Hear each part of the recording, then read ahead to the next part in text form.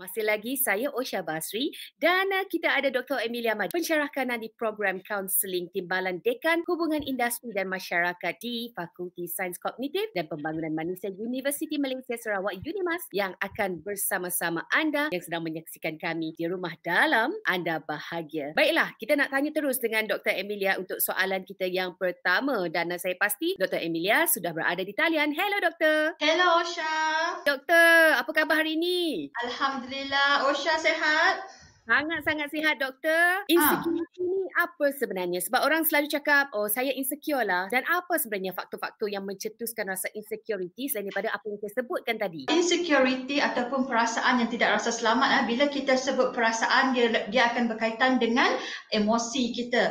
Rasa emosi kita tu dia akan berkait rapat dengan perasaan yang tidak selesa, perasaan yang sangat lemah dalam diri kita. Jadi dia juga melibat yang kita cakap pasal insecurity ni, dia buatkan kita nervous. Bila kita nervous terhadap sesuatu, sama ada kita insecure dengan orang sekeliling kita, jadi yang menyebabkan satu trigger ataupun punca seseorang itu menjadi seorang yang sangat nampak daripada tingkah lakunya. Jadi faktor-faktornya antaranya adalah because of mungkin masa silam kan, apa yang berlaku dengan masa silam, childhood experience, mungkin something yang happen, feeling of loss, takut kehilangan, dan juga anxiety. Mungkin juga anxiety itu boleh menyebabkan kita berasa insecure dalam sesuatu keadaan. Dan kebanyakanlah orang selalu kata wanita lebih cepat merasa insecure berbanding lelaki. Komen mana? Bila kita bincang ataupun bila kita rasa diri kita insecure ini, dia melibatkan ego sistem kita. Sistem ego. Sistem ego kita ni ada 3. Ego dan super ego. Jadi setiap manusia, tak kisah lelaki ataupun perempuan, ada insecurity-nya. Perasaan tidak selamat itu ada. Hanya dia mungkin pemikiran kita, oh lelaki ni gagah. Lelaki ni gentleman, not really macam macho orang cakap sekarang, bahasa sekarang macho. Jadi insecurity tak nampak. Actually sebenarnya lelaki ataupun perempuan masing-masing mempunyai insecurity. Osha, you and me ada certain part kita ada insecurity kita, tetapi bagaimana kita mengawal diri dan kita be mindful dengan apa yang kita rasa dan kita tahu macam mana kita substitute dengan perasaan yang lebih positif tu. Sebab insecurity ni menyebabkan, kalau dalam English vulnerability, kata perasaan yang lemah tu, kita nak buang, kita nak didik perasaan lemah itu menjadi lebih kuat, lebih berdaya tahan. Cakap insecurity ni ego, ada masalah berkaitan dengan ego. Okey, kepada anda yang sedang menonton, apa kata emailkan kepada kami bahagia@tvstv.my jika anda ingin bercakap terus dengan Dr. Emilia ataupun anda ingin berkongsi sesuatu kepada kami. Okey, tadi bagaimana pula kalau seseorang itu berada di pejabat sebagai contohnya. Okey, insecurity di kalangan pekerja-pekerja, mungkin ada favoritism di tempat kerja. So macam mana? Tak payah pergi tempat kerja, tempat rumah sendiri pun kita kadang-kadang ada juga anak-anak yang cakap, mak lebih sayang si Along, mak lebih sayang si adik, macam tu kan. Actually bila kita melihat kita ni ada sensory, deria rasa kita, kulit kita semua kita dapat rasa, kita ada insting mengatakan, oh okey, orang ini lebih suka dengan orang ini lebih suka yang ini kan.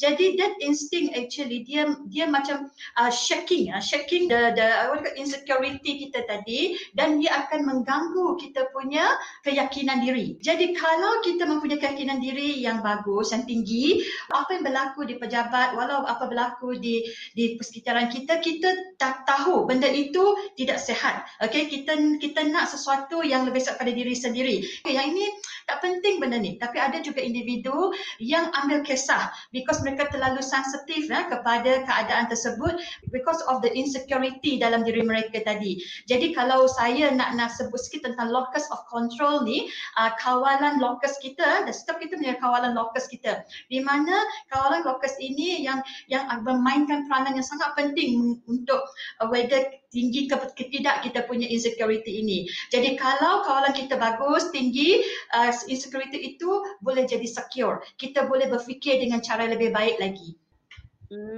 Kita ada pemanggil yang bernama Syahira Nabilah yang dah pun bersedia di talian yang ingin bercakap dengan Dr. Hello Syahira. Hai Osha dan Dr. Amelia. Saya Syahira, boleh panggil Ila daripada Terengganu. Saya pernah berkahwin dan telah bercerai sebelum ni disebabkan orang ketiga. Jadi sekarang saya telah mendirikan rumah tangga dengan suami baru dan kami telah berkahwin selama 3 tahun lebih dah. Saya mula rasa insecure bila kurang dapat perhatian daripada suami. Suami saya ni jenis yang kuat bekerja, suka tolong orang, rajin tulang. Memang itulah sikapnya. Pernah juga saya terfikir yang suami saya ni jenis macam kena abuse je kat tempat kerja dia. Sebab asyik-asyik dia je yang kena panggil. Pernah juga saya terdengar bila dia bercakap dengan rakan sekerja dia ni, rakan sekerja wanita lah, di telefon, suara dia, intonasi dia agak berubah menjadi lembut. Pernah juga saya tengok di chat dia, mesej dekat WhatsApp daripada rakan sekerja perempuan, asyik bertanya je soalan kepada suami saya, tapi tidak bertanya kepada orang lain. Jadi keadaan sedemikian tu kerap sangat berlaku, menjadikan saya lebih insecure. Jadi apa yang perlu saya lakukan, doktor? Terima kasih Ila. Wah, jauh lah panggilan ni Osha dari Terengganu ni. Terima kasih Ila. Okey, banyak bila Ila berkongsi cerita lah apa yang sedang berlaku dalam dirinya. Okey, dengan tambahan lagi mempunyai pengalaman silam di mana pernah bercerai. Bila dalam keadaan yang berpisah ini, definitely satu perasaan itu kepercayaan, the trust issue itu akan timbul. Jadi kita nak kembali pulih daripada mempercayai orang lain ataupun seorang lelaki lagi dalam hidup kita, itu mempunyai satu proses yang lama dan perlu si partner tadi atau pasangan itu tadi berusaha sama-sama lah untuk menjadikan perkahwinan yang kedua ini lebih sihat, lebih harmoni dan tidak wujud perasaan-perasaan lain yang negatif tu.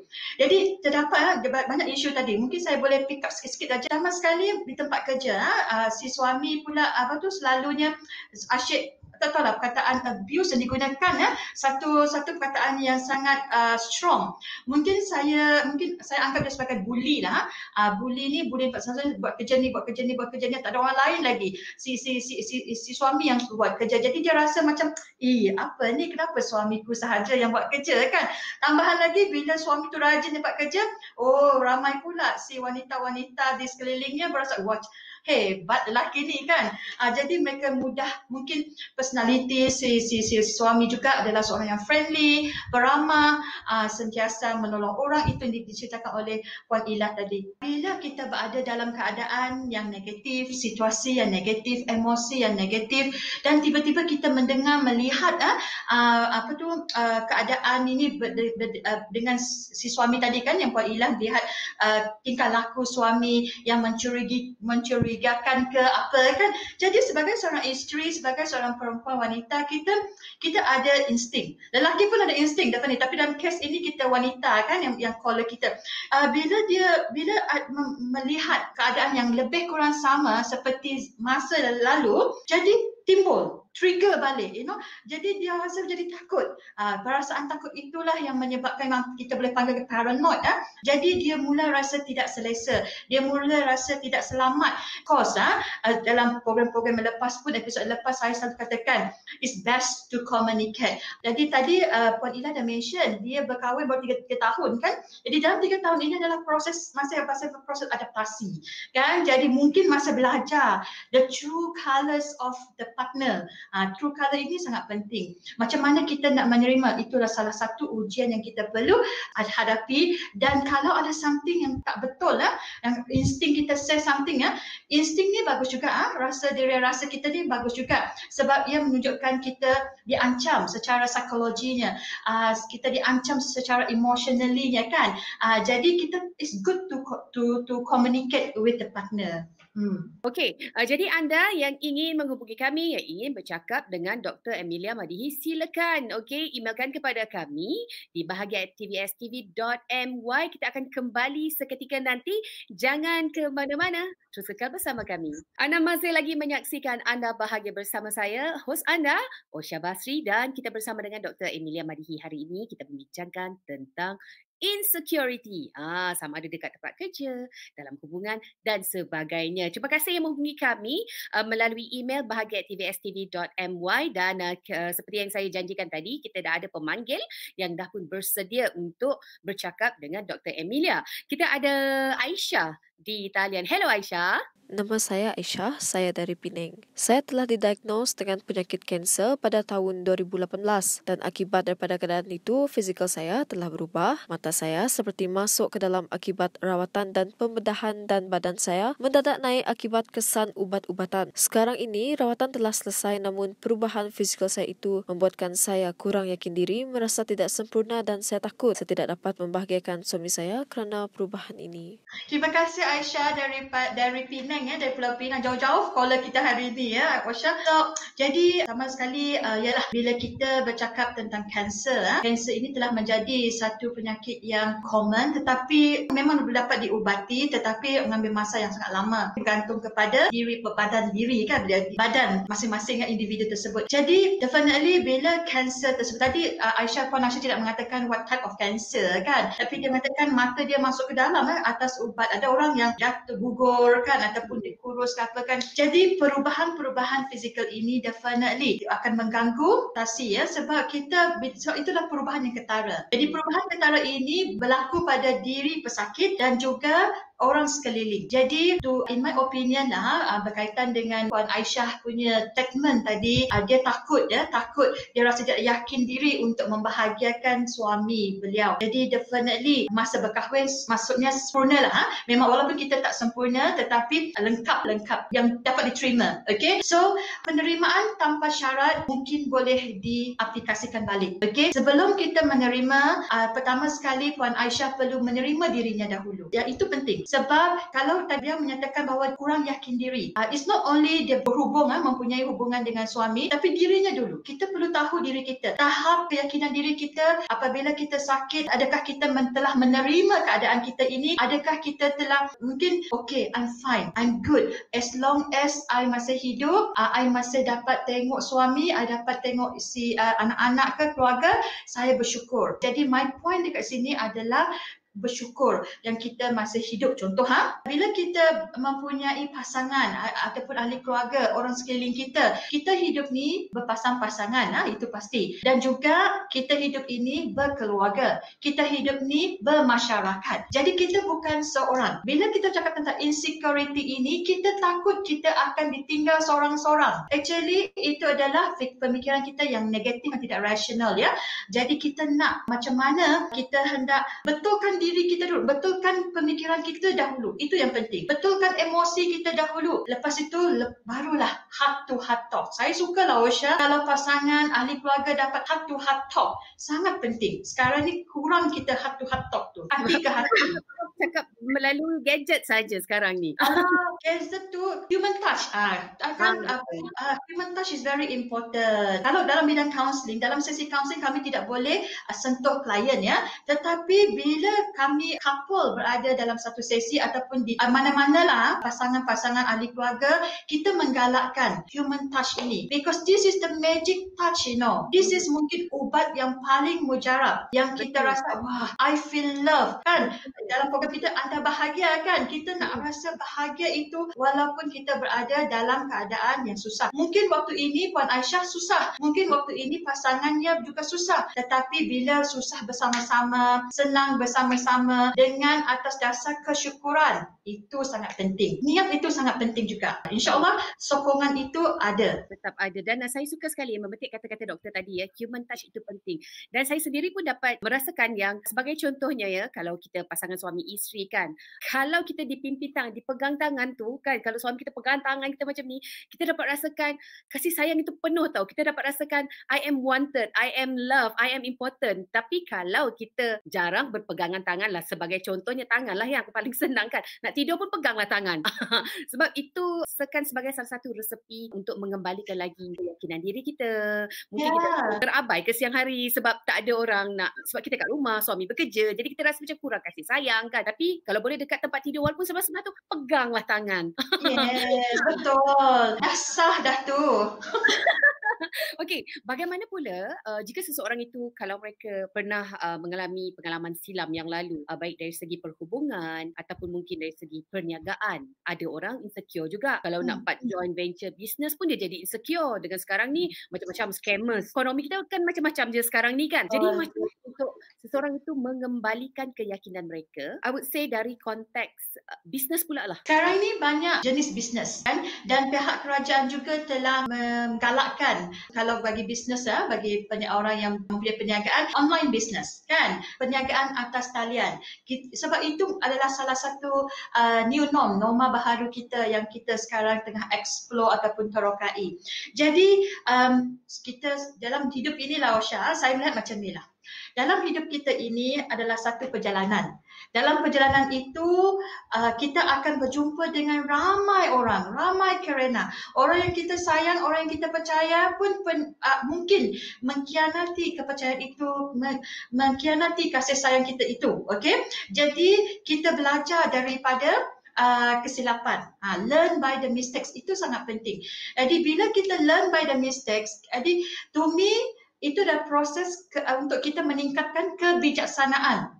Jadi bila kita dah bijaksana, jadi bijaksana itulah yang akan membantu kita untuk menilai, menganalisa keputusan-keputusan ataupun penyelesaian masalah yang kita nak buat, kan? Jadi itu sangat penting. Jadi bila dalam perjalanan ini kita sepatutnya perlu menjadi lebih kuat, ya. Tapi ada juga individu yang mungkin rasa insecure, iaitu satu faktornya lagi adalah codependency, saling bergantung dengan orang lain. Jadi ini bergantung pada diri kita. Kena tanya balik pada diri kita, adakah diri kita ini mempunyai asas yang kuat ke tidak? Asas yang kuat ni foundation in term of psychologically and mentally, ya. Jadi kalau personality itu kuat, kalau pemikiran yang rasional, emosi yang waras, insya-Allah walau bagaimanapun orang nak do something kepada kita, kita akan lebih berhati-hati. Jadi insecurity ini ada bagus juga, dia punya peranan dia dalam hidup kita, sebab dia sebagai alam. Okey, sebagai orang cakap alam petanda, is it? Kan? Jadi itu yang kita nak. Alam ini yang kita nak untuk mengelak diri kita daripada bahaya-bahaya ini. Kita ni manusia, orang cakap rambut sama hitam. Kalau di Malaysia lah kan, rambut sama hitam. Tapi hati dan niat tu kita tak tahu. Tetapi kalau kita, of course lah, melalui pengalaman, melalui apa yang berlaku di dalam diri kita, kita akan lebih berhati-hati. Itu dia, ya. Dan sekejap lagi kita akan bercakap tentang insecurity keuangan pula. Kalau anda bahagia, dan anda juga boleh emailkan kepada kami jika ingin bercakap dengan Dr. Emilia di bahagiatvstv.my. Jangan ke mana-mana, kembali lagi selepas ini. Anda masih lagi menonton Anda Bahagia bersama saya Osha Basri dan Dr. Emilia Madihi. Hari ini kita bercakap tentang insecurity, baik dari segi hubungan, baik dari segi perniagaan, dan sekarang ini juga soalan saya kepada Dr. Emilia, ada sesetengah individu, mereka akan mula merasa insecure bila bercakap tentang keuangan. Mereka takut dengan komitmen keuangan macam berhutang, tak mampu nak membayar, tak cukup duit dan sebagainya. Anything related to keuangan, mereka akan rasa macam insecure. Okay? Padahal sesetengah komitmen itu adalah tuntutan asas dalam kehidupan. Sebagai contohnya rumah, kereta kan. Dan akhirnya akan mengundang stres, seseorang itu menjadi murung, mental drain kata orang, dan tiada perubahan yang berlaku. Macam tu je dari tahun ni ke tahun ni 5 tahun macam tu juga. So bagaimana kita nak menukarkan gaya pemikiran sedemikian? Bila kita bercakap tentang keuangan ini, ialah kita ni tidak dilahirkan, ya, ramai antara kita tidak dilahirkan dalam keluarga yang beradab, ya. And then kita bercakap, kita cakap di tengah-tengah lah, berada dalam golongan di tengah-tengah, maksudnya average, ya, income ataupun lebih high. Jadi memang seperti Osha cakap tadi, tuntutan untuk berhutang kerana keperluan asas. Rumah adalah keperluan asas, ya. Kalau simpanan itu cukup, why not kita bayar cash. Namun begitu, itu mungkin tidak dapat dibuat oleh semua orang, ya. Jadi kita kena something lah bila kita membuat satu keputusan, ya. Okey, saya nak buat loan, sesuatu loan. Jadi kena fikirkan apa loan itu untuk apa. Okey, macam mana kita nak invest ataupun kita nak buat dengan, jangan kita buat loan just because of nak shopping contohnya, ataupun apa-apa yang berkaitan yang mungkin rasanya tidak perlulah. Sekali kita bercakap tentang keperluan asas. Karakter adalah salah satu, sekarang ni bukan kehendak, is a keperluan kan. Kita perlu karakter untuk kesana kesini ya. Jadi very simple, kita perlu tahulah kemampuan kita. Kalau mampu untuk buat loan sebegini, untuk berhutang sebegini, dan mampu bayar, why not kita do it. Kalau tidak mampu, jangan buat. Okey, keawalan diri itu sangat penting. Kita jangan buat sesuatu kerana mengikut orang. Okey, saya nak ini, nak pakai bag LV, handbag LV, sedangkan diri tak mampu nak dapatkan bag LV, sanggup berhutang kerana itu kan. Jadi kena fikirlah.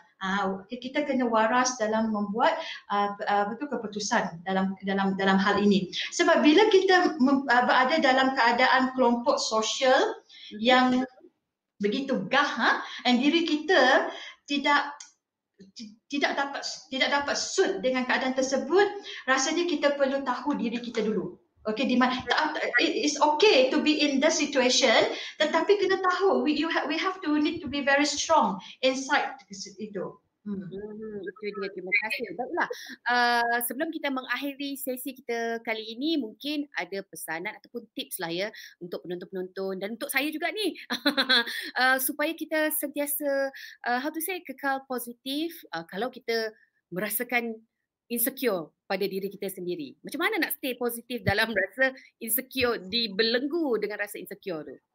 Okey, ni untuk diri saya jugalah ya Osha. So setiap kita mempunyai insecurity, tidak dapat lari daripada tidak mempunyai perasaan tidak selamat ini. Pertama sekali kita kena semak balik gaya pemikiran kita.